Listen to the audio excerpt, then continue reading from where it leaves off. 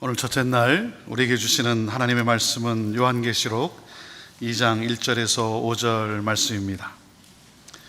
우리 신약성경 400페이지가 되겠습니다. 요한계시록 2장 1절에서 5절 말씀입니다. 요한계시록 2장 1절에서 5절 말씀 우리 함께 읽음으로써 하나님 말씀 받도록 합니다. 같이 읽습니다. 시작. 에베소 교회의 사자에게 편지하라. 있는 일곱 뼈를 붙잡고 일곱 근촛대 사이를 거니시는 이가 이르시되 내가 내 행위와 수고와 내 인내를 알고 또 악한 자들을 용납하지 아니한 것과 자칭 사도라 하되 아닌 자들을 시험하여 그의 거짓된 것을 내가 드러낸 것과 또 내가 참고 내 이름을 위하여 견디고 게으르지 아니한 것을 아노라. 그러나 너를 책망할 것이 있나니 너희 처음 사랑을 버렸느니라. 그러므로 어디서 떨어졌는지를 생각하고 회개하여 처음 행위를 가지라. 만일 그리하지 아니하고 회개하지 아니하면 내가 내게 가서 내 촛대를 그 자리에서 옮기리라. 아멘. 우리 이재철 목사님 제가 설명 안 드려도 여러분 잘 아시리라 생각합니다. 어제 한국에서 말씀을 전하시기 위해 오셨습니다. 우리 목사님 감사합니다. 축복합니다. 우리 그러한 마음으로 여러분이 할 수 있는 대로 온 마음을 다해서 또 온 힘을 다해서 우리 목사님 환영하도록 하겠습니다.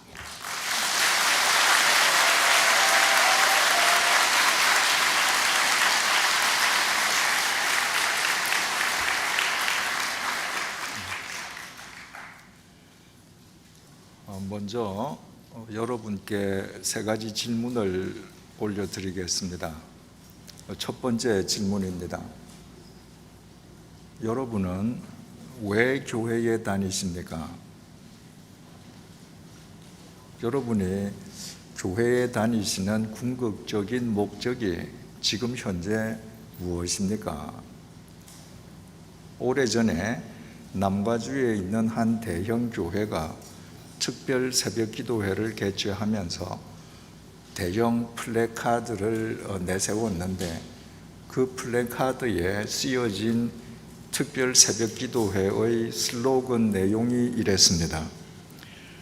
부모의 새벽 기도, 자녀의 평생 축복, 자녀의 새벽 기도, 부모의 노후 대책, 아내의 새벽 기도, 남편의 영적 성공, 운율까지도 딱딱 맞췄습니다. 여러분이 교회 다니시는 궁극적인 목적이 이런 데 있습니까? 예수 그리스도께서 여러분 자녀들의 평생 축복과 부모의 노후 대책을 위해서 십자가에서 돌아가셨습니까? 교회 다니는 목적이 이런 것이라면 무당의 굿당을 찾는 것과 불교 사찰을 찾는 것과 다를 바가 있겠습니까? 그렇다면 굳이 우리가 교회에 다녀야 할 이유는 없지 않겠습니까? 경우에 따라서는 무당 굿당도 가고 불교 사찰을 가도 아무런 차이가 없지 않겠습니까? 두 번째 질문입니다. 여러분에게 믿음은 무엇입니까? 주일이 되면 교회에 나가고 예배 시간에 헌금 내고 돌아가면서 봉사에 참여하고 그것이 여러분의 믿음입니까? 그것도 참 귀한 일입니다.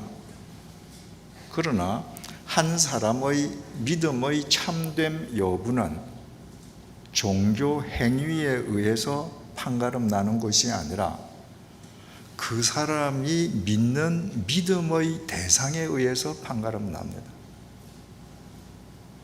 여러분, 무당을 찾아가서 굿을 하는 사람 보십시오. 한국에서 용한 무당을 찾아가서 굿 한 번 하면 수천만 원이 든다고 그래요. 교회에 다니면서 수천만 원씩 헌금하는 사람 드물지 않습니까? 그분들 무당이 굿하는 동안에 그분들 뒤에 서서 손을 비비면서 기도하는 모습 보십시오.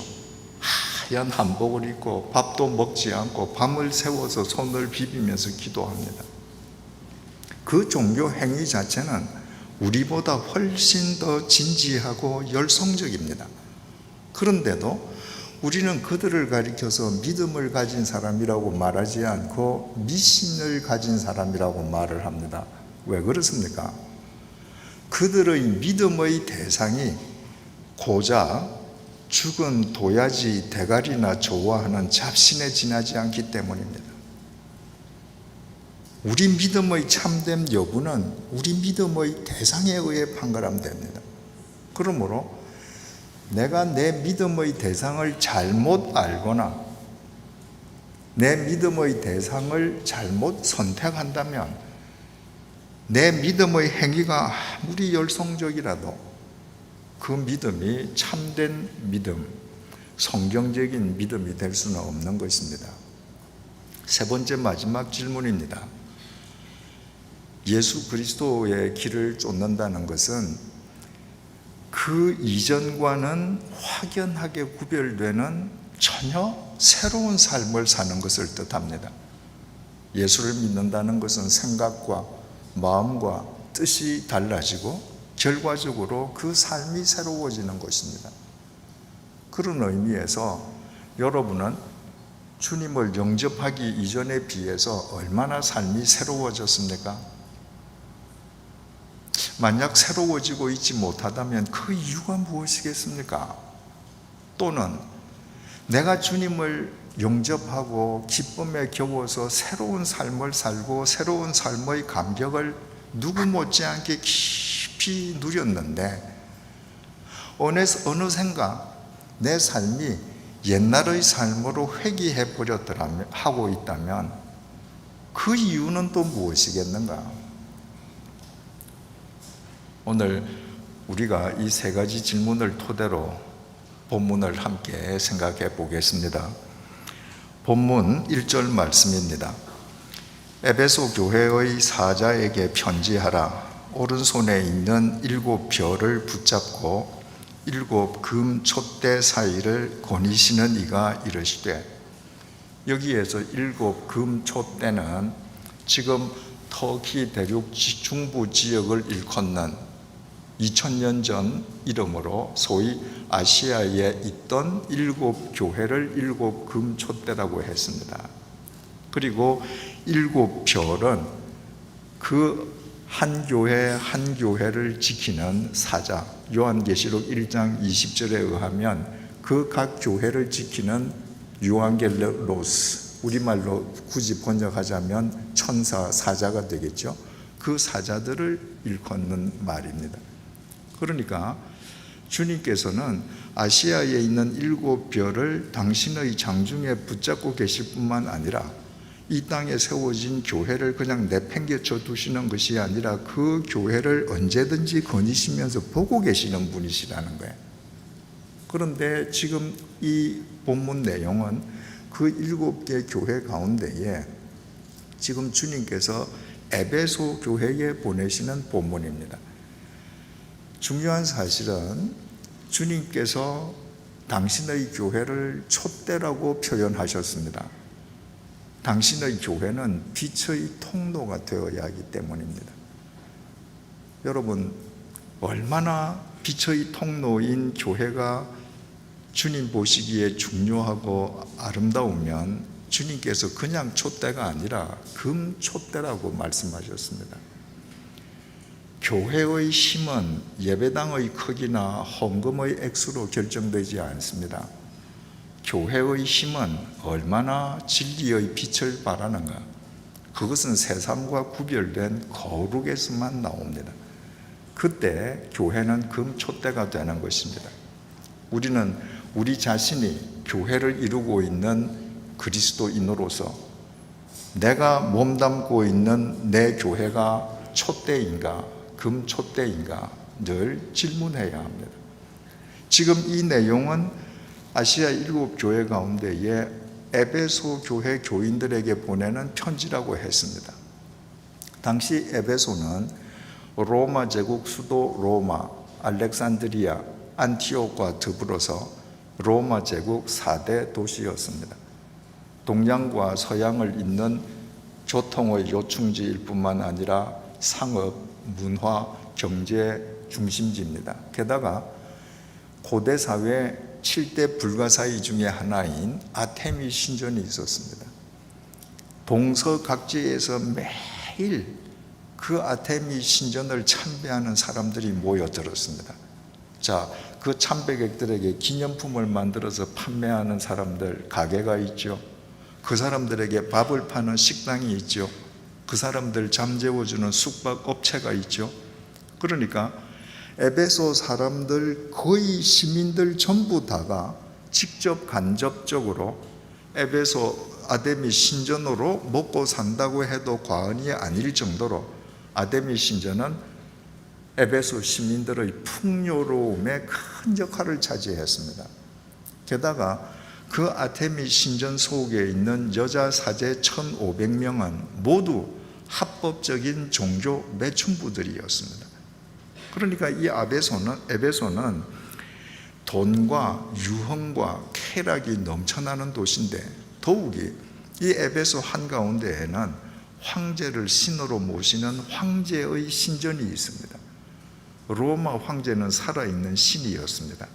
인간의 경배를 받습니다. 그러니까 아테미 신전과 로마 황제의 신전이 인간을 압도하고 돈과 쾌락과 유흥이 난무하는 에베소에서 황제와 우상의 길이 아니라 예수의 길을 쫓는 그리스도인이라고 하면 얼마나 숭고한 사람들입니까? 그 숭고한 사람들에게 주님께서 말씀하시면서 2절, 3절을 통해 이렇게 말씀하십니다. 내가 네 행위와 수고와 네 인내를 알고에 주목합시다. 또 악한 자들을 용납하지 아니한 것과 자칭 사도라 하되 아닌 자들을 시험하여 그의 거짓된 것을 내가 드러낸 것과 또 내가 참고 내 이름을 위하여 견디고 게으르지 아니한 것을 아노라. 안다는 동사가 2번 나왔습니다. 우리나라 말 성경에는 우리나라 말 어순상 안다는 동사가 중간에 그리고 뒤에 나옵니다. 헬라어 원전상으로는 안다는 동사가 제일 먼저 나옵니다. 내가 안다. 누가? 주님께서 아신다는 거예요. 이 안다는 동사가 헬라 말로 에이도라고 기록이 되어 있습니다. 에이도는 to see, 본다는 말입니다. 내가 본다. 여러분, 주님께서 오늘도 내가 무엇을 하든 나의 일거수일투족을 다 보고 계시고 알고 계신다는 것만 여러분들이 잊지 않으시면 여러분들은 평생 성숙한 그리스도인으로 살 수 있습니다. 사람들이 이걸 잊어버립니다. 그분은 시공을 초월하십니다. 오늘도 우리 일거수일투족 다 보셨습니다. 주님께서 에베소 교회 그 교인들을 다 보시고 알고 계십니다. 무엇을 아시는가? 첫째로 그들의 행위를 아십니다. 헬라 말로 에르곤이라고 기록되어 있습니다. 이 에르곤이라는 말은 어떤 한 개별적인 행동을 의미하는 것이 아니라 전반적인 삶 전체를 말합니다. 에베소 교회 교인 너희들이 황제의 길과 우상의 길을 쫓지 않고 그 어려움 속에서도 생명과 진리의 길을 쫓은 너희들의 삶 전체 그 전반을 내가 다 보고 알고 있다. 2번째로 수고를 한다. 코포스. 이 수고는 반드시 손과 발이 동원된 노동을 통한 수고를 의미합니다. 그냥 우리는 조금만 뭘 해도 수고했다 이렇게 얘기하지 않습니까? 손과 발이 동원된 노동이 아니고는 코포스가 아닙니다. 주님께서 갈릴리 해변을 거니시다가 베드로와 안드레 형제를 보시고 얘들아 나를 따라오라. 내가 너희들을 사람을 낚는 어부가 되게 하겠다라고 마태복음 4장 19절에 기록이 되어 있습니다. 사람을 낚는 어부가 되게 하겠다는 것은 내가 너희들을 이제부터 전도자 삼겠다, 내 제자 삼겠다, 사도의 삶을 살게 해주겠다, 이 말 아닙니까? 근데 그 전도자, 사도, 당신의 제자를 주님께서 사람을 낚는 어부라고 표현하셨는데 그것은 명백한 오역입니다. 헬라어 원문상 주님께서는 그렇게 말씀하시지 않았습니다. 사람을 낚는 어부 하면 누가 무엇을 낚든지 무언가를 낚는 사람은 낚는 이유가 자기의 유익을 위함이에요. 여러분, 전도자가, 목사가, 예수의 제자가 사람을 낚는 사람이 되면 그건 자기 유익을 위해서 낚는 거예요. 교인이 많아지면 내가 유익을 보는 겁니다. 내가 전도 많이 하면 내가 뭔가 덕을 보는 거예요. 그게 사람을 낚는 사람입니다. 주님께서는 그렇게 말씀하시지 않았습니다. 헬라어 원문에는 낚는이라는 형용사가 없습니다. 주님께서는 알레에이스 안드로폰이라고 얘기하셨습니다. 내가 너희들을 사람의 어부로 만들 거야, 이렇게 말씀하셨습니다. 사람을 낚는 어부는 자기 유익을 위해서 사람을 낚지만 사람의 어부가 되는 건 그 사람의 유익을 위해서 어부가 되는 거예요. 여러분, 철학은 머리로 할 수 있습니다. 설교는 입으로 공기를 진동시켜서 할 수 있습니다. 어부는요, 머리 끝부터 발끝까지 온 전신의 세포를 움직이지 않으면 어부는 그물을 끌어올릴 수 없습니다. 안드레와 베드로에게 내가 지금 너희들을 전도자로 만드는데 지금부터 너희들은 사람의 어부가 되어야 돼. 지금부터 너희들은 머리 끝부터 발끝까지 누군가 사람들을 위해서 너희들을 세포를 다 사용하는 사람들이 되어야 돼. 그게 전도자고 그리스도인이에요. 그 수고를 에베소 교인들이 했고 주님께서 그거 다 보셨다는 거예요. 말로 하는지, 지시만 하는지, 앞에서만 하는지, 아니면 누가 보든 보지 않든 사람의 업으로 자기의 전신을, 손과 발을 사람 섬기는 도구로 쓰는지 주님께서 다 보셨다는 것입니다. 세 번째, 너의 인내를 보셨다는 것입니다. 인내라고 하는 것은 아래 하는 전치사 휘포와 머문다는 뜻의 모네가 합쳐진 합성어입니다. 인내는 어디 아래에 머무는 겁니다. 여러분, 그리스도인들은 하나님의 언약의 말씀을 믿는 사람들 아닙니까? 그런데 하나님의 언약은 반드시 성취가 되기까지 그 중간에 인간의 인내가 필요합니다. 왜냐하면 하나님의 약속은, 하나님의 언약은 현찰이 아닙니다. 하나님께서 우리에게 언약을 현찰로 주시면 그건 거래예요. 내가 필요할 때 하나님께 기도하고 현찰 받아가면 됩니다. 하나님의 모든 언약은 약속 어음입니다. 그 언약은, 그 약속 어음이 떨어지는 기일이 있습니다. 그 기일은 내가 정하는 거 아니에요. 하나님이 정하시는 거예요. 그 약속 어음이 떨어지는 기일이 도래할 때까지 나는 인내해야 합니다. 그게 믿음이에요. 그 인내하는 동안에 나 몸에 배어있는 불필요한 근육이 없어지고 진리의 근육이, 생명의 호흡이 깊어지고 믿음의 사람으로 변모되어 가는 것입니다.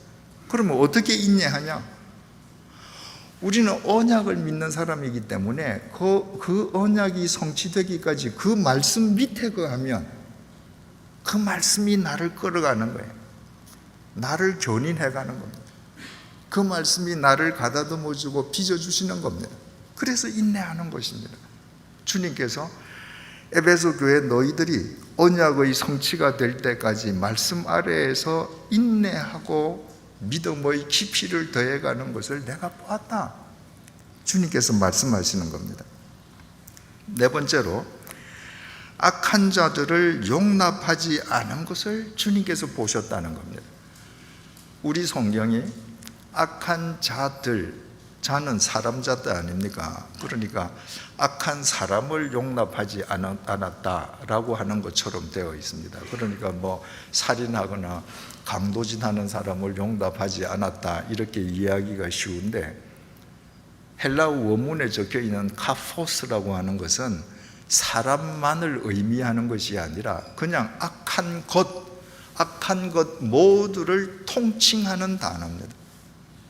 그러니까 에베소 교회 그리스도인들은 거짓이든 불이든 모함이든 사기든 악한 것이라고 하면 그 어떤 형태든지 못하지 않았다는 것입니다. 그걸 내가 보고 안다는 것입니다. 다섯 번째로, 자칭 사도라 하되 아닌 자들을 시험하여 그의 거짓된 것을 내가 드러낸 것과, 그걸 또 주님께서 보고 아셨다는 거예요. 여러분 참 우리 귀담아 들어야 됩니다. 2000년 전에 가짜 선지자들이 있었습니다. 가짜 교사들이 있었습니다. 가짜 사도들이 있었습니다. 그들이 가짜 복음을 전하면서 자기 주머니를 불렸습니다. 요즘도 뭐 이런 일이 많지 않습니까? 근데 옛날이나 지금이나 그런 가짜 복음, 가짜 설교자, 가짜 목사, 가짜 사도에게 빠지는 사람들에게는 두 가지 공통점이 있습니다.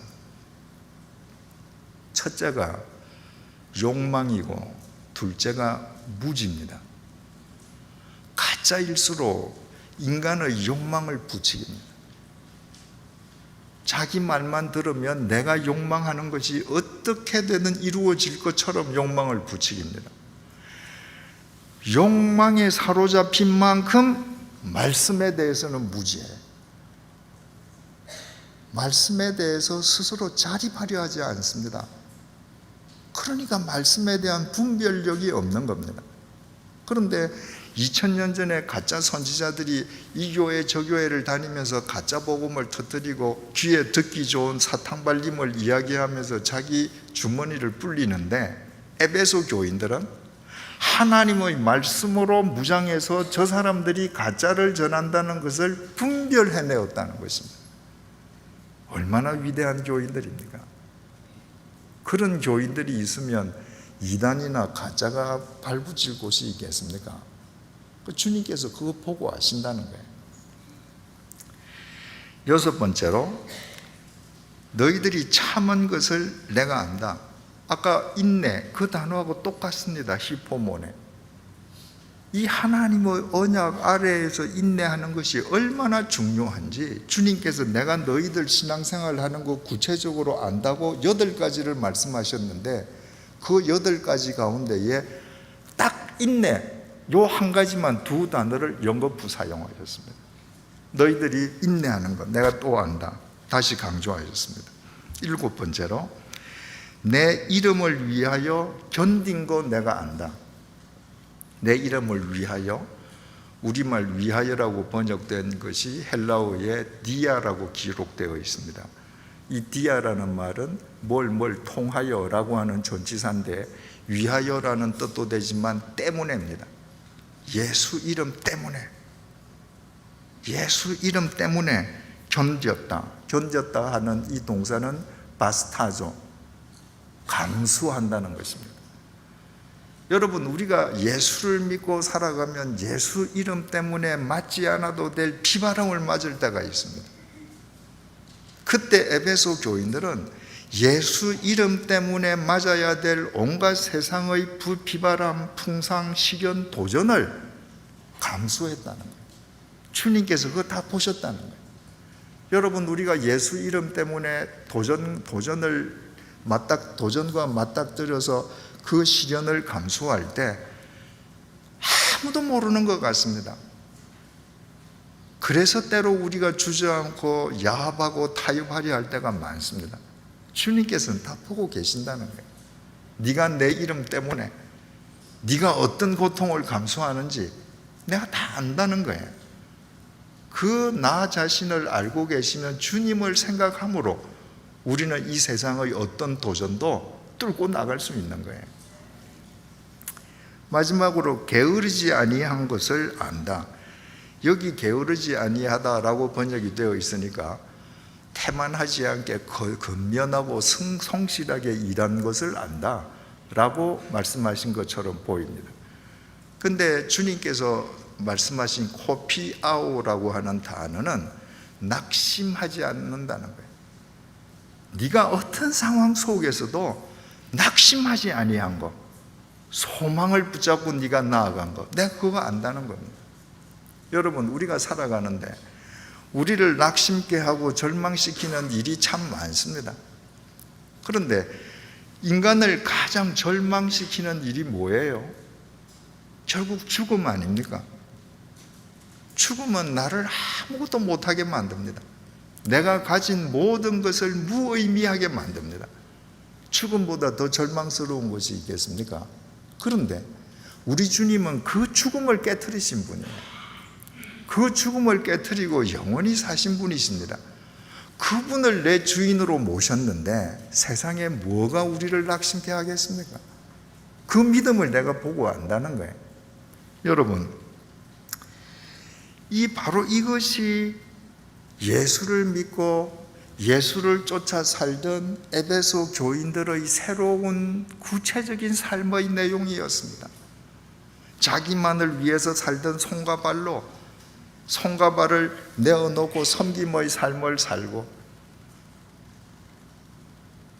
어떤 경우에도 하나님의 말씀 아래에 거하면서 인내하고 말씀으로 거짓 선지자의 거짓됨을 분별해내고 세상의 온갖 도전과 시련을 예수 이름 때문에 기꺼이 감수하고 어떤 절망적인 상황 속에서도 낙심하지 않고 예수를 쫓는 새로운 삶. 여러분, 이것은 이 편안한 시애틀이나 서울에서 산 그리스도인들의 삶이 아닙니다. 그 우상의 도시, 황제의 도시, 예수를 믿으면 핍박당하는 그 유대인들이 장악한 도시에서 그리스도인들이 이런 삶을 살았던 것입니다. 얼마나 위대한 그리스도인들입니까? 그런데 4절에서 대반전이 일어납니다. 4절입니다. 그러나 너를 책망할 것이 있나니 너의 처음 사랑을 버렸느니라. 여기에서 처음 사랑이라고 하는 것은 방금 우리가 살폈던 2절, 3절에 언급되어 있는 새로운 삶, 그 놀라운 그리스도인의 삶을 살게끔 해주었던 동력인 처음 사랑을 잊었다는 거예요. 여기에서 처음 사랑을 버렸느니라 할 때 버렸느니라, 이 동사가 RPM인데 RPM이 to send away, 멀리 차버렸습니다. 그래서 주님께서 그 책망하시겠다는 거예요. 여러분, 우리말로 책망하다라고 하는 동사는 일회적인 동작의 동사입니다. 가령 내 아이가 있는데 학교 숙제를 해야 되는데 숙제 안 해요, 얘가. 그리고 밤새도록 게임을 합니다. 그래서 아침에 일어나서 학교를 가는데 너 숙제했냐? 안 했습니다. 그러면 아빠가 책망을 해요. 혼을 내요. 그렇다고 아빠가 그 아이 다시 안 봅니까? 숙제 안 하고 학교 갔는데 학교 갔다 오면 여전히 갔다 왔니? 또 감싸줘요. 여기에서 책망하다고 하는 것은 그런 의미가 아닙니다. 원문에 이 책망하다는 단어는 카타라는 단어로 쓰여 있는데 그건 영어로 against입니다. 반대한다, 수용하지 못한다, 절대로 동의하지 못한다, 이거예요. 네가 처음 사랑을 버린 너의 삶을 나 예수 그리스도는 절대로 수용하지 못한다. 이례적인 게 아닙니다. 네가 그렇게 살아가는 한 네 삶에 나는 동의할 수 없다, 수긍할 수 없다. 여러분, 여기에 있는 이 처음 사랑을 이 본문을 설명한 여러 책들을 보면 대개 남녀 간의 첫사랑으로 설명한 책들이 참 내용들이 많습니다. 여기에 있는 처음 사랑은 이 지구상에 살고 있는 72억 명 인구가 저마다 살아가면서 한 번쯤은 경험할 수 있는 첫사랑, 연인 간의 첫사랑, 에로틱 첫사랑을 의미하지 않습니다. 이 처음 사랑이 원문에 아가펜 프로텐이라고 기록되어 있습니다. 아가페는 우리가 잘 아는 아가페 사랑을 의미합니다. 아가페. 프로텐의 원형은 프로테스. 이것은 처음, 먼저라는 의미이기도 하지만 시간, 장소, 순서, 중요성에 있어서 무엇보다도 최상의 위치에 있는 것이라는 겁니다. 무엇과도 비교할 수 없다는 겁니다. 그러니까 그 말을 그대로 번역을 하면 처음 사랑이 아니고요, 최상의 사랑입니다. 그 최상의 사랑을 성경의 콘텍스트에 더 맞게 번역을 하면 궁극의 사랑입니다.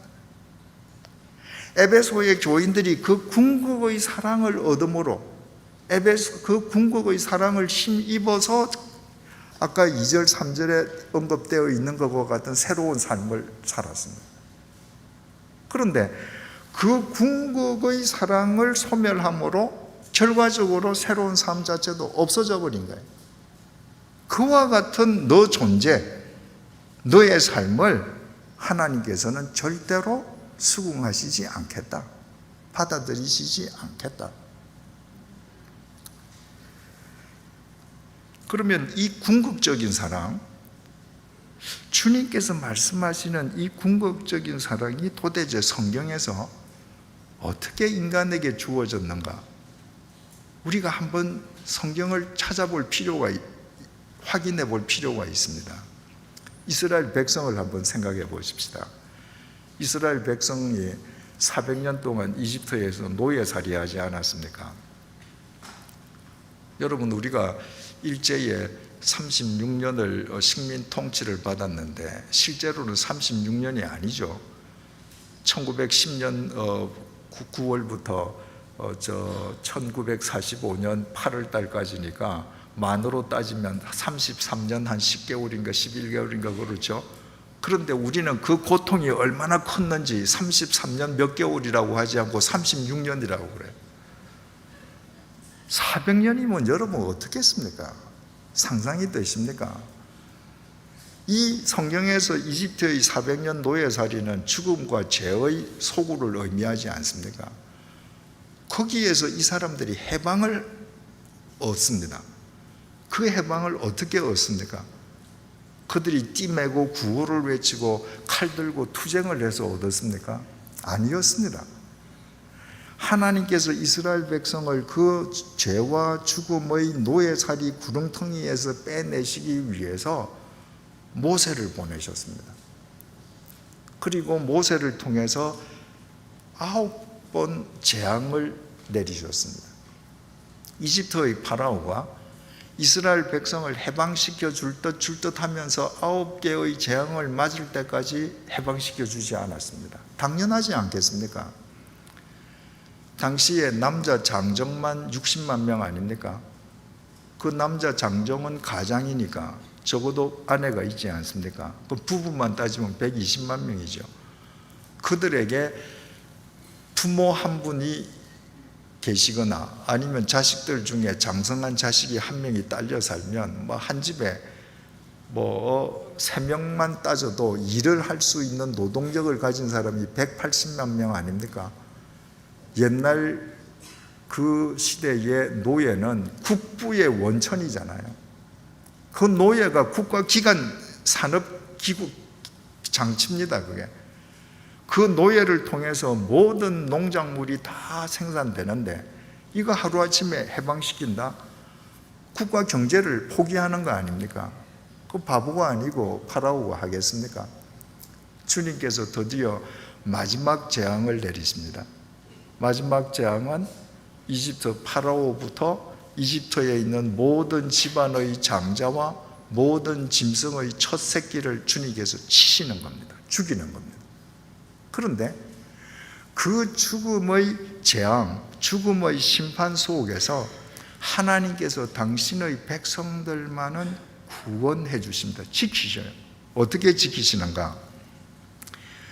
출애굽기 12장 23절입니다. 여호와께서 애굽 사람들에게 재앙을 내리려고 지나가실 때에 문인방과 좌우 문설주의 피를 보시면, 주님께서 이스라엘 백성들에게 자, 오늘 밤에 이집트 땅에서 모든 집 장자와 짐승의 첫 새끼가 죽는데 너희들은 어린 양을 잡아서 그 피를 양 문설주는 문짝을 끼우는 두 기둥입니다. 문설주와 인방은 두 문설주를 가로짓는 나무입니다. 그러니까 쉽게 말하자면 현관문 기둥 둘레에다가 피를 발라둬라. 그러면 그 피를 보시면 누가 피를 봐요? 사람이 보는 게 아닙니다. 그 문틀에 발라져 있는 피를 하나님께서 보시면 여호와께서 그 문을 넘으시고 그 피를 보시면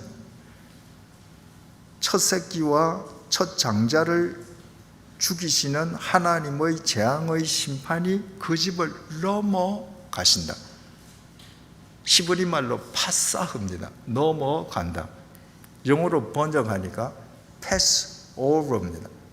그야말로 넘어가는 겁니다.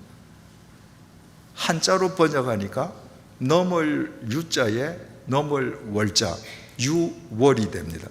하나님의 재앙이 넘으시고 멸하는 자에게 너희 집에 들어가서 너희를 치지 못하게 하실 것임이니라. 그 집에 있는 사람들은 모두 다 생명을 지킬 수 있습니다. 자, 지금 그 집안에 도덕적인 사람이 있기 때문에 내가 패스오버 할 거야. 그 집안에 윤리적인 사람이 있기 때문에, 그 집안에 연봉 얼마 이상 있는 사람이기 때문에, 거기에 학력이 좋은 인텔리들이 있기 때문에 내가 넘어갈 거야 라고 말씀하시지 않았습니다. 그 속에 도둑놈이 있든지 비윤리적인 사람이 있든지 피부 색깔이 검든지 희든지 아무 상관없이 그 피가 발라져 있는 문 속에만 있으면 주님께서 넘어가심으로 그 집 안에 있는 사람은 다 살아날 거야. 지금 이집트에 있는 이스라엘 백성, 이집트에 있는 모든 집에서 곡성이 터집니다. 장자들이 죽는 거예요. 그런데 이스라엘 백성들이 발란 그 어린 양의 피를 바른 집 안에 있는 사람들은 아무도 다치지 않습니다. 아주 오래된 옛날 영화지만 찰턴 헤스턴이 주연했던 10개라는 영화가 이 장면을 아주 드라마틱하게 연출을 해내었죠. 그 마지막 날 밤에 하나님의 그 재앙의 심판이 마치 안개처럼 땅에 쫙 깔려 들어오지 않습니까? 모세의 이 예언을 듣고 이집트의 모든 사람들이 문을 꽁꽁 걸어 잠그고 있습니다. 그런데 하나님의 안개와 같은 그 재앙이 걸어 잠근 문 밑으로 싹 들어가죠. 들어감과 동시에 그 집에서 곡이 터집니다. 장자가 죽은 거예요. 그런데 문설주와 인방에 피를 바른 이스라엘 백성의 집은 그 안개가 문설주와 인방을 타고 패스 오버 합니다. 그게 다 살아나는 거예요. 하나님께서 출애굽기 12장 40절에서 42절을 통해 이렇게 말씀하십니다. 이스라엘 자손이 애굽에 거주한 지 430년이라 430년이 끝나는 그날에 여호와의 군대가 다 애굽 땅에서 나왔은즉 이 밤은 그들을 애굽 땅에서 인도하여 내심으로 말미암아 여호와 앞에 지킬 것이니 이는 여호와의 밤이라. 이스라엘 자손이 다 대대로 지킬 것이니라. 이날 그 에집트 모든 집집마다 곡성이 터지는 울음소리를 들으면서 이스라엘 백성들은 400년에 걸친 노예살이에서 해방이 되었습니다. 그들의 노력으로 아닙니다. 하나님께서 베풀어 주신 아가펜 프로텐, 궁극적인 사랑이었습니다.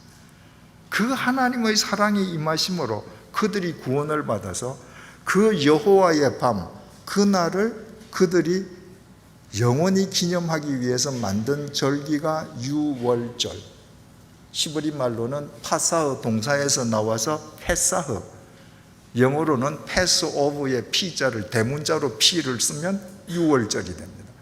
한자로는 유월 뒤에 절기 절자를 붙이면 유월절입니다. 여러분 한번 생각을 해보셔요.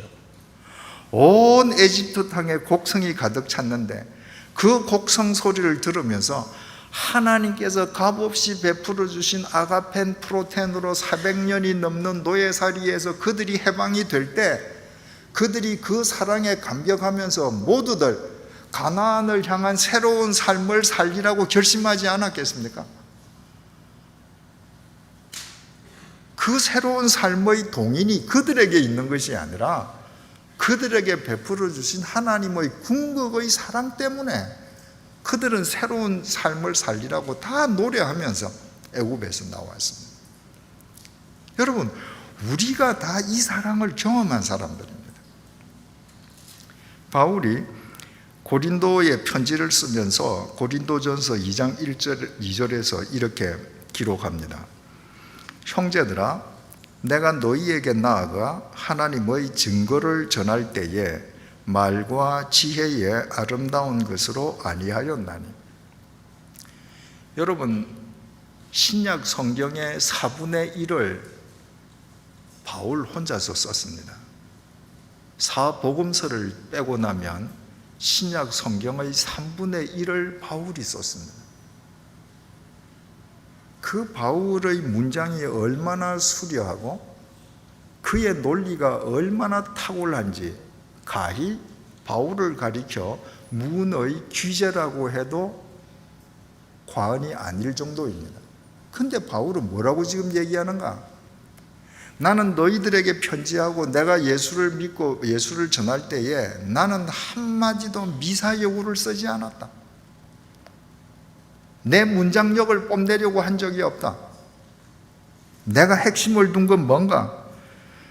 내가 너희 중에서 예수 그리스도와 그가 십자가에 못 박히신 것 외에는 아무것도 알지 아니하기로 작정하였습니다. 내가 수많은 글을 썼다 할지라도 그 핵심은 예수 그리스도와 예수 그리스도의 십자가 뿐이다. 왜 그게 복음의 핵심인가? 로마서 6장 23절입니다.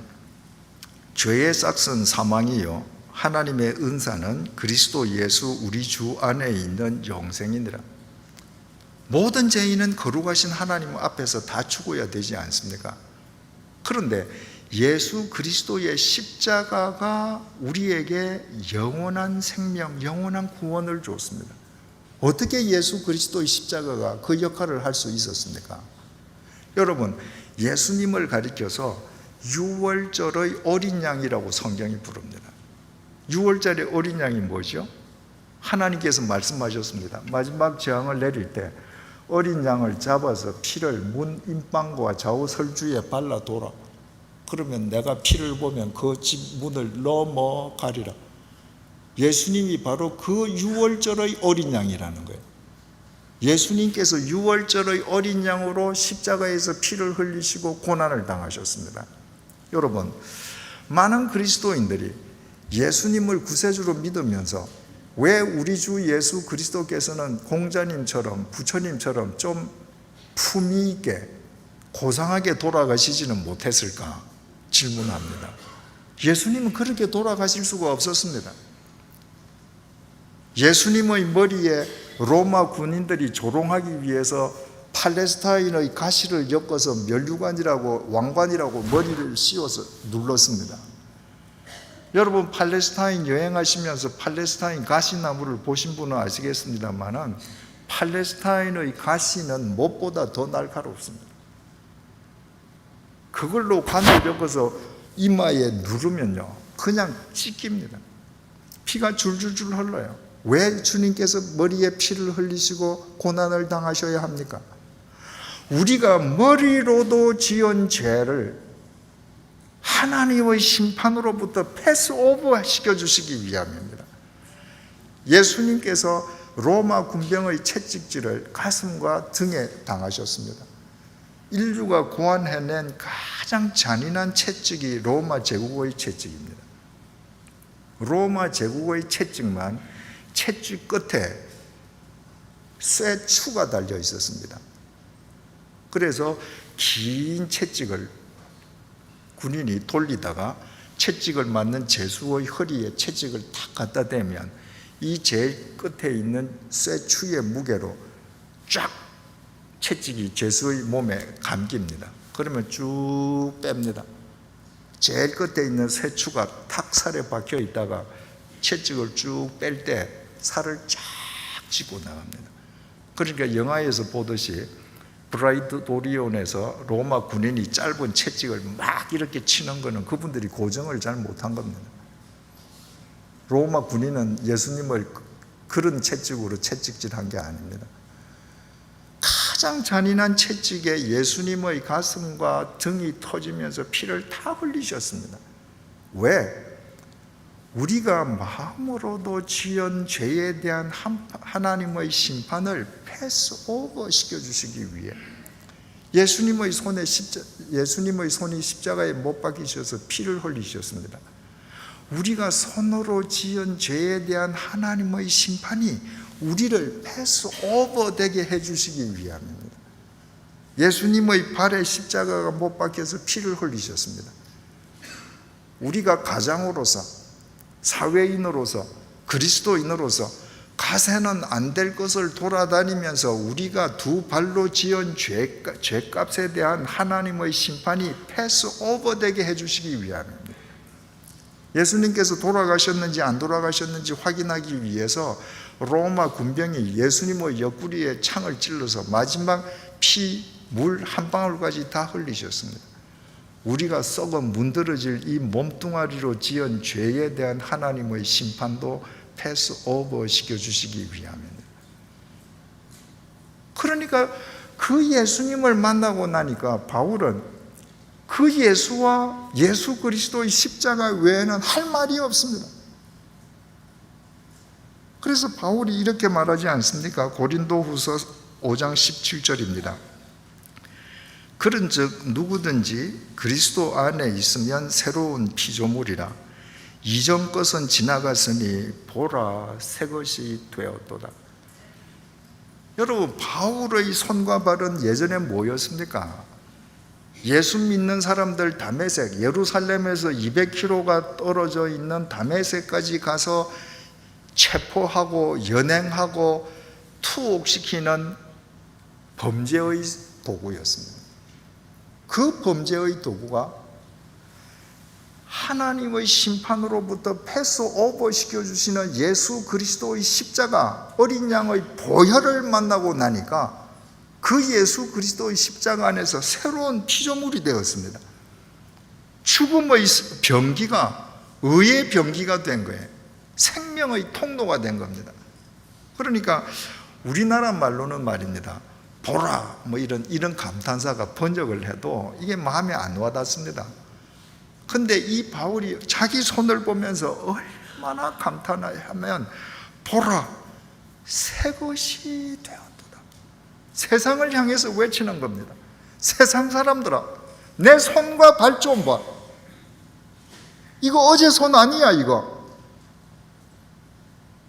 이제 새 거 됐어. 뭘로? 아가펜 프로테인입니다. 그 사랑이 우리에게 임한 겁니다. 그 하나님의 패스오버의 사랑이 우리를 살리신 겁니다. 우리의 노력으로, 우리의 의지로, 우리가 잘났고 도덕적이고 윤리적이었기 때문에 우리가 재산을 좀 가지고 있고 우리가 좀 지적이기 때문에 아닙니다. 바울이 로마서 5장 7절 8절에서 이렇게 말합니다. 의인을 위하여 죽는 자가 쉽지 않다는 게 뭡니까? 어렵다는 말이죠. 이런 일은 없다는 겁니다. 의인을 위해서 죽어주는 사람은 없습니다, 여러분. 여러 사람이 있잖아요. 근데 한 사람이 죽어야 된다. 그러면 그 자리에 의인이 있으면 사람들은 다 의인 얼굴 쳐다볼 거예요. 당신이 돌아가 주셔야죠.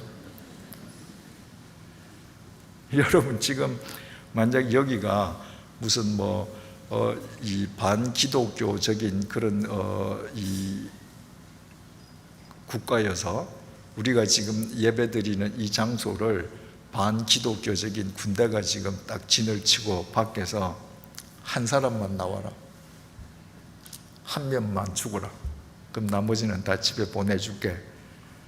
그러면 여러분들 다 누구 쳐다보시겠어요? 권 목사님 보시지 않겠어요? 여러분들 중에서 권 목사님은 사세요, 내가 나가서 죽을게요, 그런 분이 있겠습니까? 의인이 있으면 다 의인에게 매달립니다. 당신이 죽으세요. 선인을 위하여 용감히 죽는 자가 혹 있거니와. 어쩌다가 선인을 위하여 용감히 죽는 자, 이 부분도 좀 의미가 명확하게 전달이 안 됩니다. 선인이라고 번역을 하면 착한 사람, 번역 이런 뜻 아닙니까? 근데 헬라어 아가도스는 선량하고 순진무구한 사람을 의미합니다. 그러니까 이를테면 어린아이를 생각하면 됩니다. 그런 사람입니다. 이 순진무구한 어린아이를 위해서 용감히 죽는 사람은 어쩌다가 있을 수 있다. 여기 용감이라는 것은 톨마오라고 기록되어 있는데, 이 톨마오라는 것은 담대하게 이 말인데, 그 단어의 본질은 생각하지 않고입니다. 생각하지 않고는 선량한 사람이 있을 때 죽을 수 있다는 거예요. 바꾸어 말하면 생각하면 못 죽는다는 거예요. 여러분, 옛날에 가끔 한국에서 철길에서 아이가 놀아요. 그런데 기차가 오는데 이 아이는 기차 소리를 못 듣고 놉니다. 기관사는 아이를 못 봐요. 그러면 누가 뛰어들어가서 그 아이를 쳐내고 살립니까? 엄마입니다. 대개 그 아이의 엄마가 아이를 밀쳐내고 자기가 죽어요. 순진무구하고 그 선량한 자기 아이를 위해서 엄마가 생각 없이 뛰어드는 겁니다. 만약에 그 순간에 엄마가 생각해 보십시다. 저 기차가 시속 60km로 오는데 내가 지금 여기에서 시속 10km로 뛰어가서 저 아이 쳐내면 시계를 계산하니까 내가 0.1초 사이로 치여 내가 죽겠네. 절대 못 들어갑니다. 순진무구한 어린이를 위해서 생각 없이 죽을 수는 있거니와, 우리가 아직 죄인 되었을 때 그리스도께서 우리를 위하여 죽으심으로 하나님께서 우리에 대한 자기의 사랑을 확증하셨느니라. 우리는 흉측한 죄인들이었습니다. 여러분들께서 가령 전과 한 10번만 된다 그러면 여러분들 한 방에서 같이 지내고 친하게 사귀시겠습니까? 그저 관계를 맺어도 형식적인 관계 아니겠습니까? 근데 우리는 어떤 존재입니까? 하나님 앞에서 하루에 한 번씩만 하나님 모르시겠지 하고 죄를 지어도 하루에 한 번씩 올라가는 거 아니에요? 한 달이면 전과 30번, 1년이면 365번, 저처럼 70년을 넘게 살았으면 도대체 몇 범입니까? 그런 전과자를 위해서 세상에 누가 죽어줍니까? 그런데 우리 같은 전과자를 위해 주님께서 패스오버의 은혜를 베풀어 주기 위해 십자가에서 돌아가심으로 당신의 사랑을 확증하셨느니라. 그 사랑이 뭐예요? 아가펜 프로텐, 궁극적 사랑입니다. 그 궁극적인 사랑을 깨달았을 때가 우리가 예수를 영접했을 때입니다. 그 궁극적인 사랑을 깨달았을 때가 우리가 새로운 삶을 살리라 결심하고 새 발을 듣기 시작했을 때입니다. 내가 내 의지로 새로운 삶을 사는 것이 아니라 그분이 내게 궁극적인 사랑을 베풀어 주셨기 때문에 그 궁극적인 사랑을 힘입어서 새로운 삶이 수반될 수 있었던 겁니다. 5절 상반절을 보시겠습니다. 그런데 이 궁극적인 사랑을 우리가 멀리 지금 차버렸다는 거예요. 잊어버리고 사는 거, 그걸 주님께서 묵과할 수 없다는 겁니다. 수용할 수 없다는 겁니다. 5절 상반절, 그러므로 어디서 떨어졌는지를 생각해라. 많은 분들이 이 성경 구절을 읽으면서 이 성경의 진의를 잘못 받아들여요. 흔히들 그러므로 어디서 처음 사랑을 떨어뜨렸는지 생각해봐라. 그렇게 쓰여진 책도 굉장히 많습니다. 여러분 잘 보십시오. 그러므로 어디서 떨어뜨렸는지 생각해라. 그렇게 기록되어 있지 않잖아요. 어디서 떨어졌는지. 떨어지다 동사가 타동사가 아니라 자동사로 기록되어 있습니다. 헬라어 원문에 핍토라고 기록되어 있는데 이 핍토의 주어는 너입니다. 너. 그러므로 네가 어디서 핍토했는지 생각해라. 핍토한다는 것은 떨어지다는 의미도 되지만 실족하다, 빗나가다, 벗어나다는 의미입니다. 그러므로 네가 어디서 빗나갔는가? 어디서 벗어났는가? 생각해봐라. 여러분들 성경 공부하셔서 잘 아시겠습니다만은 죄를 헬라어로 하마르티아라고 그러잖아요. 그런데 하마르티아라고 하는 그 단어의 뜻은 관역에서 벗어난 겁니다. 관역을 정조준하고 관역으로 가야 되는데 이 관역에서 벗어난 게 죄죠. 그러니까 살인과 강도, 거짓말, 그거는 죄의 결과지요. 그건 관역판에서 일어나는 겁니다. 만약에 제가 저기에 회색 네모판을 향해서 제가 화살을 쐈는데 제가 화살을 쏜 화살이 저 관역판을 벗어났다.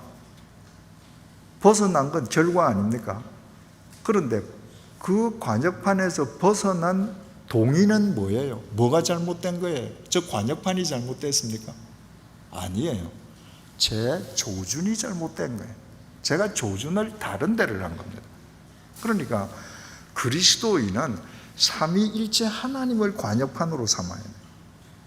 그런데 이 관역판에서 벗어나면서 아가펜 프로텐을 소멸해버린 겁니다. 상실해버린 거예요.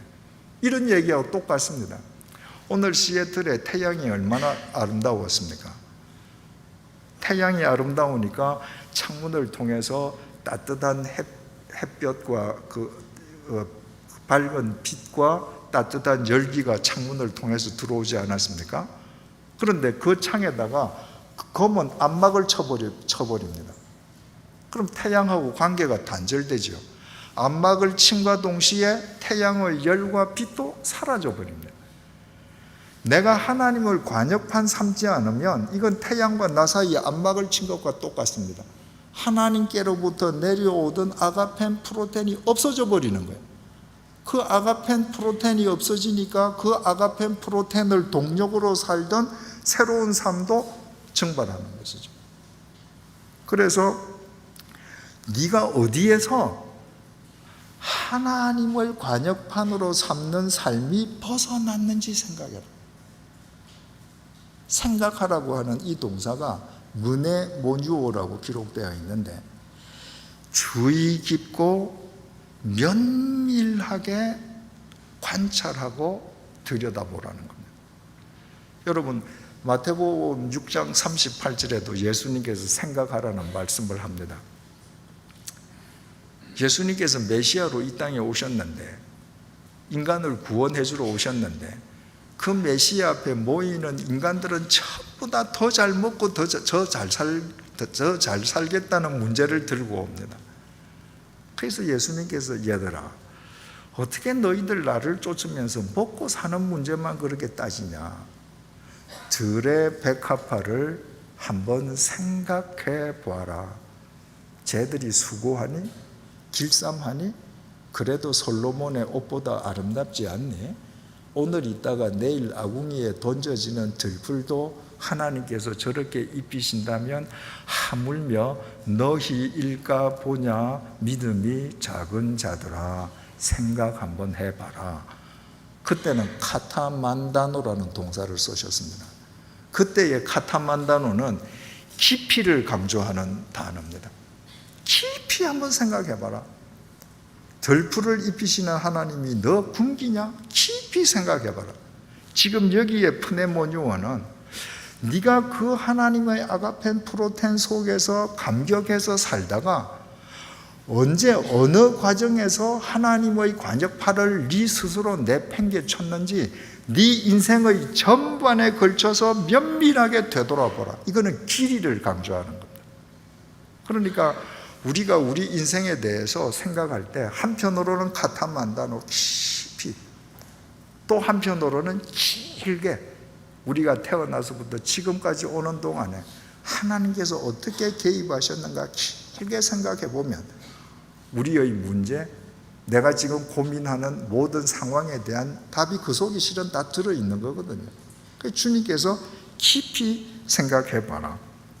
자, 이스라엘 백성들이 하나님의 아가펜 프로텐으로 그 400년에 걸친 죄와 사망의 노예살이에서 해방되고 감격해서 새로운 삶 가나안을 향해서 갔습니다. 그런데 그들이 언제 그 하나님을 등졌는가? 그걸 살펴보면 바로 우리가 언제 하나님을 등지는지 바로 판박이로 알 수 있지 않겠습니까? 이스라엘 백성들이 크게 두 경우에 하나님을 등졌습니다. 첫 번째 경우는 자기 목전에 자기가 전혀 예상하지 않았던 인생의 위기, 인생의 장애물을 만났을 때 그들은 서슴없이 하나님을 버렸습니다. 그들이 출애굽을 하고 나서 홍해 앞에 진을 쳤을 때 변심한 파라오가 이집트의 전 군대를 이끌고 추격해 오지 않습니까? 자, 앞에는 폭 32km의 홍해, 뒤에는 당시 세계 최강의 이집트 전 군대, 이건 도안에 든 쥐입니다. 죽은 거예요. 그때 이스라엘 백성들이 이렇게 원망합니다. 출애굽기 14장 11절에서 12절입니다. 그들이 또 모세에게 이르되 애굽에 매장지가 없어서 하나님이 우리를 이끌어내어 이 광야에서 죽게 하느냐? 어찌하여 하나님이 우리를 애굽에서 이끌어내어 우리에게 이같이 하느냐? 우리가 애굽에서 당신에게 이른 말이 이것이 아니냐? 이러기를 우리를 내버려 두라. 우리가 애굽 사람을 섬길 것이라 하지 아니하더냐? 애굽 사람을 섬기는 것이 광야에서 죽는 것보다 낫겠노라. 홍해라는 인생의 장애물 앞에서 이미 하나님은 그들의 삶 속에 자리 잡을 수 없었습니다. 하나님을 관역편으로 삼는 믿음의 삶에서 실족해버린 거예요. 아니, 이런 하나님이라면 우리 차라리 에집트에서 노예살이 하다 죽을래. 가데스 바네아에 갔을 때 모세가 12명의 정탐꾼들을 가나안 땅에 보내어서 지형을 살피게 하지 않았습니까? 그들이 40일 동안 정탐을 하고 와서 10명이 부정적인 보고를 했습니다. 그 원주민들이 얼마나 장대한 거인들인지 그 앞에 서니까 우리는 메뚜기 같더라. 절대 못 이긴다. 들어가면 안 된다. 민수기 14장 1절에서 4절이 그 당시 상황을 이렇게 전합니다. 온 회중이 소리를 높여 부르짖으며 백성이 밤새도록 통곡하였더라. 이스라엘 자손이 다 모세와 아론을 원망하여 온 회중이 그들에게 이르되 우리가 애굽 땅에서 죽었거나 이 광야에서 죽었으면 좋았을 것을 어찌하여 여호와가 우리를 그 땅으로 인도하여 칼에 쓰러지게 하려 하는가? 우리 처자가 사로잡히리니 애굽으로 돌아가는 것이 낫지 아니하랴. 이에 서로 말하되 우리가 한 지휘관을 세우고 애굽으로 돌아가자 하매. 그 가데스 바네아에서 또 하나님이 없습니다. 애굽 가자는 거예요. 여러분, 애굽에 가면 자기네들 조택이 있습니까? 적금 들어놓은 거 있습니까? 아닙니다. 죽음의 노예살이 해야 합니다. 근데 거리로 가자는 거예요. 여러분들이 하나님의 관여판을 읽고 우리가 원하는 대로 살자. 그게 뭡니까? 그 종국이 애굽의 공동묘지입니다. 거리로 가겠다는 거예요. 그리고는 우리를 이렇게 죽게 만드는 하나님이라는 그분이 세운 모세, 저거 지휘자로 인정할 수 없어. 우리가 새 리더 뽑자. 그리고 그 리더의 인솔하에 우리 에집트로 돌아가자. 이렇게 인간들은 자기 인생의 앞길에 자기가 계산하지 않았던 장애물이 생기거나 뜻하지 않은 위기를 만나는 순간 하나님의 관역판을 던져버립니다. 여러분, 하나님께서 당신의 아가펜 프로텐으로 우리를 구원하시고서 우리가 당신을 쫓아 걷는 우리 인생의 여정에 왜 장애물을 두십니까? 왜 우리 인생이 위기에 처하게 하십니까? 우리 인생이 장애물을 만나야, 우리 인생이 위기를 당해봐야 그 장애물과 위기 속에서 나와 함께 하시는 하나님의 동행하심과 하나님의 더 크신 능력을 내 온 삶으로 체험하고 확인할 수 있기 때문입니다. 그래서 인생의 위기를 더 많이 당한 사람의 믿음의 경지가 더 깊어지고 넓어지는 건 두말할 나위가 없습니다. 여러분, 다윗이 지은 시들이 참 유명한 시들이 많은데 그 중에서 시편 23편이 다윗의 대표적인 시 아닙니까? 시편 23편 4절입니다. 내가 사망의 음침한 골짜기로 다닐지라도 해를 두려워하지 않을 것은. 여러분, 이런 구절을 읽으면 당장 질문이 생기지 않습니까? 하나님께서 다윗을 사랑하시면 차라리 아예 사망의 음침한 골짜기로 데려가시지 말지. 하나님이 나를 사랑하시면 내 육체를 사망의 음침한 골짜기로 데려가시지 말지. 하나님께서 나를 예뻐하신다면 내가 경제적으로 사망의 음침한 골짜기에서 헤매게 하시지 말지. 왜 헤매게 하셔? 왜 병 주고 약 주셔? 사망의 음침한 골짜기로 다닐지라도 해를 두려워하지 않을 것은 주께서 나와 함께 하심이라. 주의 지팡이와 막대기가 나를 안위하시나이다. 내가 어떤 상황을 당할지라도 주님께서 나와 동행하시며 당신의 막대기와 지팡이로 나를 지키시는 그 하나님을 내가 경험하려면 사망의 골짜기 안 가보면 안 됩니다. 사망의 골짜기를 가본 사람만 이론적으로가 아니라 삶의 고백으로 나와 함께 하시는 하나님, 그분의 막대기와 지팡이를 고백할 수 있는 겁니다. 그래서 하나님께서는 우리를 끌어가시는 거예요. 그런데도 인간들은 그 장애물만 만나면 하나님을 버립니다. 하나님께서 이스라엘 백성들을 왜 홍해 앞으로 데리고 가십니까? 돌리려고? 아니었습니다. 그 홍해야말로 이스라엘 백성들은 이집트의 군대가 세계에서 가장 강하다고 생각하지만 실은 그 폭 32km 되는 강을 가르시고 그 강에 그 이집트의 군대를 수장시키는 하나님의 능력을 이스라엘 백성들에게 확인시켜 주시는 은혜의 책임장으로는 홍해보다 더 좋은 장소가 없었던 것입니다. 또 두 번째, 인간은 자기 욕망에 사로잡힐 때 하나님을 버립니다. 이스라엘 백성들이 출애굽하면서 나오면서 양식도 들고 나오고 가축도 들고 나왔는데 시간이 흐르면서 양식 다 떨어졌죠. 가지고 나온 가축 다 떨어졌죠. 먹을 것이 없어졌습니다. 그랬더니 하나님께서 매일 하늘에서 만나를 내려주시지 않습니까? 여러분 한번 그 광경을 생각해 보십시오. 시내 광야에 가보신 분은 아시겠습니다만 풀 한 폭이 물 한 방울 없습니다. 거기에 이스라엘 백성이 40년을 살아남았다고 하는 것은 하나님께서 매일 만나를 내려주셨기 때문인데 그 매일 하늘에서 떨어질 때 얼마나 감격스럽습니까? 그런데 다베라에서 이런 일이 있었습니다. 민수기 11장 4절에서 6절입니다.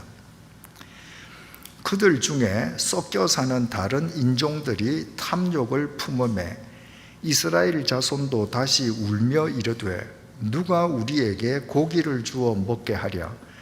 우리가 애굽에 있을 때에는 값없이 생선과 오이와 참외와 부추와 파와 마늘들을 먹은 것이 생각나거늘 이제는 우리의 기력이 다하여 이 만나 외에는 보이는 것이 아무것도 없도다 하니 매일 만나를 먹다가 불평분자들이 부추기니까 이거 만나 이거 지겨워서 못 먹겠다. 더 좀 맛있는 거 먹어야 되겠다. 고기 먹어야 되겠다. 하나님이 없어졌습니다. 인간이 뭔가 자기 기대가 이루어지면 하나님께 감사하고 하나님을 더 잘 믿겠다고 하다가도 자기 욕망이 하나님보다 더 커지는 순간에 하나님의 관역판을 떼어버립니다. 여러분, 광야에서 하나님께서는 이스라엘 백성들에게 두 종류의 만나를 내려주셨습니다. 한 종류의 만나는 육체의 만나입니다. 그들이 광야에서 만나만 먹고 40년을 견딜 수 있도록 하나님께서 오죽 영양가 있게 만나를 주셨겠습니까? 또 하나의 만나는 그들의 영혼의 만나입니다. 창세기부터 신명기에 이르는 그 방대한 율법, 그 하나님의 말씀이 전부 광야에서 하늘에서 모세를 통해서 내려주신 것입니다. 하나님께서는 하늘에서 만나와 말씀 두 종류의 만나를 내려오 주심으로 이스라엘 백성들에게 사람은 빵으로만 사는 존재가 아니라 하늘에서 내려오지는 영원하신 하나님의 말씀으로 살아야 된다는 것을 훈련시키셨습니다. 그런데도 이스라엘 백성들은 욕망에 사로잡히는 순간에 썩어 문드러지는 고기 덩어리를 위해서 살겠다고 하나님의 말씀을 버렸습니다. 하나님 관역판을 떼버린 겁니다. 이렇게 인간은 원치 않는 장애물과 자기 욕망에 사로잡히는 순간에 처음 사랑 소멸해버립니다. 왜? 하나님의 관역파를 상실하니까 결과적으로 아가펜 프로테는 절로 소멸되어 버리는 것입니다. 여러분, 인간이 살아가면서 자기 스스로 원치 않는 장애물이나 욕망에 사로잡힐 때 하나님의 관역판을 떼어버린다라고 하는 것은 바꾸어 말하면 인간 자신이 하나님이 되어버리기 때문입니다. 성경에 교만하다는 단어가 피시오라고 기록이 되어 있는데 그 원래 뜻은 부풀리다는 뜻입니다. 인간은 자기 자신을 자기 있는 자기보다 부풀려요. 자기를 더 크게 여기고 자기가 앉아야 될 자리보다 더 높게 앉힙니다. 자기가 있어야 될 자리는 피조물의 자리인데 하나님을 믿고 감격해서 따르다가 어느 순간이 되면 자기가 피시오, 자기를 부풀려서 하나님의 자리에 올라갑니다. 아까 이스라엘 백성 보세요. 하나님이 어찌하여 우리를 이리로 인도하는가? 내가 하나님이라면 절대로 이리로 인도 안 할 텐데, 그러니까 차라리 에집트로 돌아가자. 저 하나님은 나보다 못하네? 그러니까 우리가 지휘자를 세우고 이집트로 돌아가자. 하나님이 되어버린 것입니다.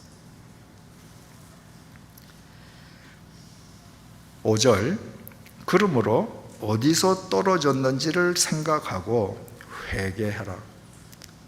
하나님의 관역판을 어디서 상실하고 어디서 스스로 교만해서 하나님의 자리에 앉아 있는지를 깊이 주의 깊게 머네모유 관찰하고 성찰한 다음에 회개하라. 여러분, 회개하라는 것이 헬라어 동사로 메타노에오라는 것을 배우셨을 것입니다. 이것은 절대로 자복이 아닙니다. 자복이라는 동사는 헬라말로 엑소몰로게오라고 합니다. 자복은 처음부터 끝까지 입으로만 하는 겁니다. 하나님, 제가 이런 죄를 지었습니다. 용서해 주십시오. 그건 자복입니다. 회개는 입으로 하는 것이 아니라 행동으로 하는 것입니다. 메타노에오라는 이 동사의 뜻은 가던 길이 틀렸음을 알고 길을 바꾸는 것, 가는 길이 틀렸음을 알고 180도 돌아서는 것, 내가 들고 있는 것이 들어서는 안 되는 것을 알고 놔버리는 것, 내가 들고 있는 것이 이건 아닌 줄 알고 칼로 무를 자르듯이 잘라버리는 것, 이것이 회개입니다. 그러니까 자복이 회개의 시작일 수는 있지만 자복이 회개의 완결일 수는 없습니다. 주님께서는 네가 언제 나 하나님의 관역판에서 벗어났냐? 네 인생 전 과정을 면밀하게 돌아봐라. 그리고 찾았으면 회개하라. 무슨 말입니까? 나한테로 돌아서라. 돌아서라가 무슨 얘기겠습니까? 네가 앉아있는 하나님의 자리에서 내려와서 나 여호와를 하나님으로 네가 인정해라. 그게 회개입니다. 믿는 사람에게 회개는. 이스라엘 백성들이 홍해가 가로막혀 있는데, 아니 하나님이 어찌해서 우리를 이리 인도해서 죽게 해? 에집트에는 매장지가 없냐? 그래서 하나님이 고작 우리를 광야에서 죽게 해서 광야를 우리 매장지로 삼게 하냐? 그때 그들이 하나님이잖아요. 출애굽기 14장 13절 모세가 이렇게 이야기합니다. 모세가 백성에게 이르되 너희는 두려워하지 말고 가만히 서서 여호와의 행하시는 구원을 보라. 너희들 말하지 말고 가만히 여호와가 하시는 것 보라. 무슨 말입니까? 너희들이 하나님 아니다. 너희들이 믿는 하나님이 어떠신 분인지 지금부터 좀 보아라. 가만히 보거라. 시편 46편 10절입니다. 이르시기를, 하나님 말씀이지요. 이르시기를 너희는 가만히 있어 내가 하나님됨을 알지어다. 인간들이 얼마나 PCO 자기를 부풀려서 하나님 자리에 앉아서 하나님인 척 하는지, 하나님께서 인간들에게 얘들아 너희들 좀 가만히 있어라. 그리고 너희들이 아니고 내가 하나님인 것 좀 알아라. 그게 믿음이다. 이사야서 55장 8절에서 9절입니다. 이는 내 생각이 너희의 생각과 다르며. 여러분, 믿음의 연륜이 길어진 사람일수록 이 부분을 인정 못합니다. 하나님과 내 생각이 같으면 왜 우리가 하나님을 믿을 필요가 있습니까? 나하고 똑같은 생각을 가진 분을 내가 왜 주일마다 가서 예배드리고 헌금을 내야 합니까? 그런데도 이 기본적인 생각을 우리는 잊어버려요. 그러니까 하나님께서 내 생각은 너희의 생각과 다르고 내 길은, 이 길은 일을 처리하는 방법, 수단, 해결하는 여러 가지 아이디어, 이것은 너희의 길과 다름이니라. 여호와의 말씀이니라. 하나님께서 말씀하시고도 얘들아 이거 사람 말 아니야. 나 여호와 말이야. 나 너희들하고 달라. 이것 좀 들어. 그리고 이렇게 계속하십니다. 이는 하늘이 땅보다 높음같이 내 길은 너희의 길보다 높으며 내 생각은 너희의 생각보다 높음이니라. 여러분, 하늘이 땅보다 얼마나 높습니까? 측량 불가능하지 않습니까? 그만큼 내 생각은 너희들 생각보다 높고 내가 일을 처리하는 방법과 수단은 너희들 길보다 높아. 근데 왜 너희들은 나와 너희들의 다름을 인정하지 못하니? 나 여호와의 말이야. 그 차이를 인정하는 것, 그게 회개입니다. 돌아서라는 거예요. 5절, 그러므로 어디서 떨어졌는지를 생각하고 회개하여 처음 행위를 가져라. 처음 행위는 아까 본문 2절, 3절에서 본 그 구체적인 삶이었죠. 다시 읽어보겠습니다. 내가 네 행위와 수고와 네 인내를 알고 또 악한 자들을 용납하지 아니한 것과 자칭 사도라 하되 아닌 자들을 시험하여 그의 거짓된 것을 내가 드러낸 것과 또 내가 참고 내 이름을 위하여 견디고 게으르지 아니한 것을 아노라. 처음 행위를 가져라. 이건 우리 노력이나 의지로 가지는 것이 아니라 내가 스스로 하나님의 자리에 올라가서 내게 쬐어지던 아가판 프로테인이 차단되어 버렸는데 내가 다시 하나님을 하나님으로 모시고 하나님을 내 인생의 관역판으로 삼으면 마치 창문에 쳤던 암막을 걷어내는 것과 같아서 하나님의 아가펜 프로테인이 다시 임하게 되는 것입니다.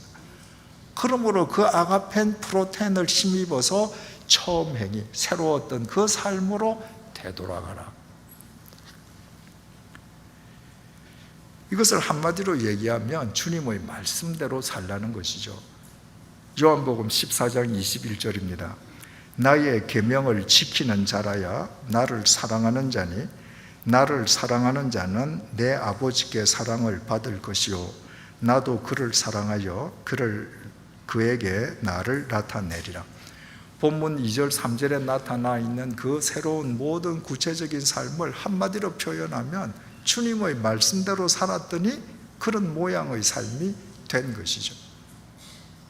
그러니까 우리가 아무리 종교적인 열성을 많이 가지고 있어도 우리 믿음의 대상이신 주님의 말씀대로 살지 않으면 그것은 믿음일 수 없다는 그 말이 되는 겁니다. 5절입니다. 그러므로 어디서 떨어졌는지를 생각하고 회개하여 처음 행위를 가지라. 만일 그리하지 아니하고 회개하지 아니하면 내가 네게 가서 내 촛대를 그 자리에서 옮기리라. 너희들이 계속 교만하게 하나님의 자리에 앉아서 너희들 욕망 자체를 너희 인생의 관역판으로 삼는다면 내가 가서 촛대를 옮길 것이다. 왜? 그런 교회는 하나님의 빛의 통로가 될 수 없기 때문입니다. 바꾸어 말하면 무슨 말입니까? 너희들이 하나님을 관역판으로 삼고 하나님의 아가판 프로텐 속에서 바른 삶으로 응답을 계속하기만 하면 너희들은 계속해서 나의 빛의 통로, 금촛대로 쓰임받게 될 것이야. 너희들 학력, 재산 정도가 문제가 아니라 너희들을 구원한 나의 아가펜 프로텐에 의해서 그렇게 될 거야. 그 말씀입니다. 여러분, 우리는 주님의 이 약속의 말씀이 성경 안에서 다 성취되는 걸 봅니다. 성경에 루시라는 모압 여인이 있지 않습니까? 이스라엘 사람들은 이방 사람들을 짐승보다도 못한 존재로 여기지 않았습니까? 그런데 그 모압 여인이 모압으로 이민 온 유대인 가정에 결혼해서 유대인의 며느리가 됩니다. 남편 유대인의 아내가 되죠. 그래서 바로 그 시어머니를 모시고 살면서 여호와 하나님을 알고 그 여호와 하나님의 아가펜 프로텐을 입게 됩니다. 자, 시아버지 돌아가셨죠. 남편 죽었죠. 시아버님 돌아가셨죠. 그러니까 집에는 여자만 남았습니다. 시어머니와 자기 동서만 남았습니다. 시어머니가 자기 고향 베들레헴 이스라엘 땅으로 되돌아가면서 모압 여인 두 여인에게 너희들 너희 고향 땅에서 새로 가정을 꾸리거라. 동서 오르바는 사양하다가 자기 집으로 갔습니다. 그런데 이 룻은 뭐라고 그래요? 어머니의 하나님이 내 하나님이고 어머님이 죽는 곳에서 내가 죽겠습니다. 그 하나님의 아가펜 프로텐을 입고 나니까 그 어머니 따라가면 시어머니 홀시어머니 섬기고 고생문이 훤하지만 그 하나님을 믿는다는 삶 자체가 손과 발을 다해서 노동으로 섬기는 삶이고 어떤 도전도 견디는 것을 알았기 때문에 그 어머니 따라가는 거예요. 그 어머니가 그 효성에 감복해서 베들레헴 땅으로 돌아가서 시어머니가 추선시켜서 개가를 시켜주지 않습니까? 그래서 보아스라는 새 남편과 사이에서 아이를 얻었습니다. 이 아이를 얻고도 그 아이를 낳으면 그 산모에게는 아이를 보호하고자 하는 동물적인 모성 본능이 있지 않습니까? 그런데 이 룻은 홀시어머니, 그 아들도 죽고 남편도 죽은 그 홀시어머니가 그 아이를 양육하는 그 시여를 맛보게끔 하기 위해서 그 시어머니 품에 아이를 안기고 양육케 했습니다. 그랬더니 동네 사람들이 시어머니 그 나오미가 아들을 얻었다. 그 아들이라는 히브리 단어는 손자라는 말도 됩니다. 이게 손자를 얻었다 그 말이죠. 룻기 4장 17절이 이렇게 증언합니다. 그의 이웃 여인들이 그에게 이름을 지어주되 나오미에게 아들이 태어났다 하여 그의 이름을 오벳이라 하였는데 그는 다윗의 아버지인 이새의 아버지였더라. 여러분 이 구절의 의미를 아시겠습니까? 지금 태어난 아이는 오벳이라는 피똥이 아이밖에 없습니다. 그런데 성경은 우리의 시선을 어디로 끌고 가는가? 얘들아 잘 봐. 룻이라는 이 사람이 하나님을 관역 삼고 그 하나님의 아가펜 프로텐 속에서 살았을 때 그 하나님께서 룻으로 하여금 오벳을 낳게 했는데 이 오벳이 말이야 자라서 이새를 낳고 그 이새가 낳은 사람이 바로 이스라엘 역사를 새롭게 한 다윗이야. 이렇게 끝납니다. 그러니까 아가펜 프로텐 속에서 주님께 바른 삶으로 응답하는 사람은 그가 세상을 떠난 뒤에도 세상을 새롭게 하는 하나님의 촛대로서요. 성경이 이렇게 우리에게 웅변하는 겁니다. 이렇게 다 설명하고도 룻기가 한 번 더 강조합니다. 룻기 제일 마지막 단락 룻기 4장 18절에서 22절입니다. 베레스의 계보는 이러하니라. 베레스는 헤스론을 낳고 헤스론은 라암을 낳았고 라암은 암미나답을 낳았고 암미나답은 나손을 낳았고 나손은 살몬을 낳았고 살몬은 보아스를 낳았고 보아스는 오벳을 낳았고 지금 이제 태어난 건 오벳이에요. 오벳은 이새를 낳고 이새는 다윗을 낳았더라. 다윗에 의해 이스라엘 역사의 지평이 새로워졌는데 지금 오벳이 티덩이 오벳을 보여주면서 새로워지는 이스라엘 지평을 지금 보여주는 것입니다.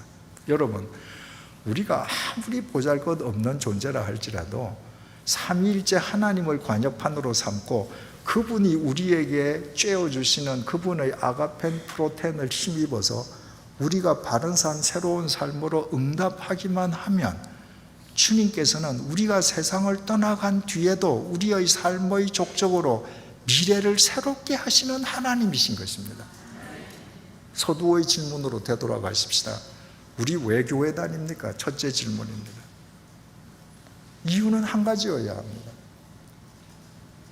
우리에게 아가펜 프로텐을 베풀어 주시는 하나님을 예배하면서 그 아가펜 프로텐을 힘입어서 이 세상에서 아가펜 프로텐의 증인으로 살아갈 은혜를 매번 힘입기 위해서 나오는 거예요. 그래서 우리가 교회에 나와서 예배를 드릴 때마다 일주일의 한 고개를 아가펜 프로텐을 힘입어 넘어가면서 그 세월의 연륜이 거듭되면 거듭되어 갈수록 우리의 삶은 점점 더 하나님의 믿음의 작품으로 승화되어 가는 것입니다. 두 번째 질문, 우리에게 믿음은 무엇입니까? 교회 나가지 않던 사람이 주일날 교회에 나가는 것입니까? 그것은 외형적인 변화죠. 우리에게 있어서 믿음은 본질적인 새로움의 변화입니다. 그것은 주님께서 베풀어 주신 아가펜 프로텐의 바른 삶으로 응답하는 것, 그것이 우리의 믿음입니다. 우리 믿음의 대상은 죽은 도야지를 좋아하는 것과 같은 그런 잡신이 아니라 당신 자신을 십자가의 제물로 내어놓으시고 우리에게 먼저 아가펜 프로텐을 베풀어 주신 은혜와 사랑의 하나님이십니다.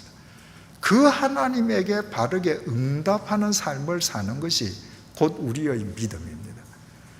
믿음을 헬라말로 피스티스라고 하는데, 피스티스는 신실이라는 의미와 입증이라는 의미를 동시에 갖고 있습니다. 헬라말에는 믿음과 신실이 구별되는 단어가 없습니다. 그래서 여러분들이 성경을 읽으시면서 믿음이라는 단어가 나올 때 신실로 바꿔서 읽으시면 그 의미를 정확하게 아실 수 있습니다. 이를테면 믿고 구하는 것은 다 받으리라. 그래서 여러분들 기도하고 믿고 구했으니 다 주세요 그러잖아요. 그게 아니고 신실하고 구하면 다 받으리라. 신실한 사람은 헛것을 구하지 않습니다. 신실한 사람은 바르게 살기 위해서 기도합니다. 그런 기도는 언제든지 주님께서 응답해 주신다는 것입니다. 거기에 피스티스는 입증입니다. 내 믿음은 내가 입증하는 겁니다. 내 삶으로 입증하는 겁니다. 미신을 믿는 사람은 죽은 도야지 대가리에 손을 비비면서 자기 믿음을 입증합니다. 내 믿음은 미신이라고. 우리의 믿음은 아가펜 프로텐의 새로워진 바른 삶으로 응답하는 것으로 내 자신이 입증해야 되는 것입니다. 마지막 질문, 내가 주님을 믿으면서 새로운 삶을 살지 못한다면 그 이유는 뭔가? 예전에 처음 주님을 영접했을 때는 감격해서 새로운 삶을 살았는데 어느 순간인가 내가 예전의 삶으로 회귀해서 아무런 감격도 없다면 그 이야기는 뭔가? 내가 내 자신을 PCO해서 내가 하나님이 되었기 때문입니다. 내 상황에 매사 일이 생길 때마다 어찌하여 당신이 이렇게 하시느냐? 어찌하여 나를 이렇게 괴롭히시나요? 내가 하나님이 되어 있는 겁니다. 여러분, 우리가 언제 하나님의 자리에 앉았는지 우리 지난 인생의 전 여정을 면밀하게 들여다보고 하나님을 향해 돌아서십시다. 하나님을 하나님으로 모십시다. 하나님을 내 인생의 관역편으로 이제 변함없이 삼으십시다. 그때부터 차단되었던 그분의 아가펜 프로텐이 다시 내게 임하게 될 것이고 그 아가펜 프로텐을 힘입어 우리는 전혀 새로운 삶을 살게 될 것입니다. 그때 우리가 떠난 뒤에도 우리의 삶의 족적을 다가올 미래를 새롭게 하는 당신의 금촛대로 주님께서 사용하실 것이라는 것은 생각하는 것만으로도 가슴이 벅차지 않습니까? 기도하시겠습니다.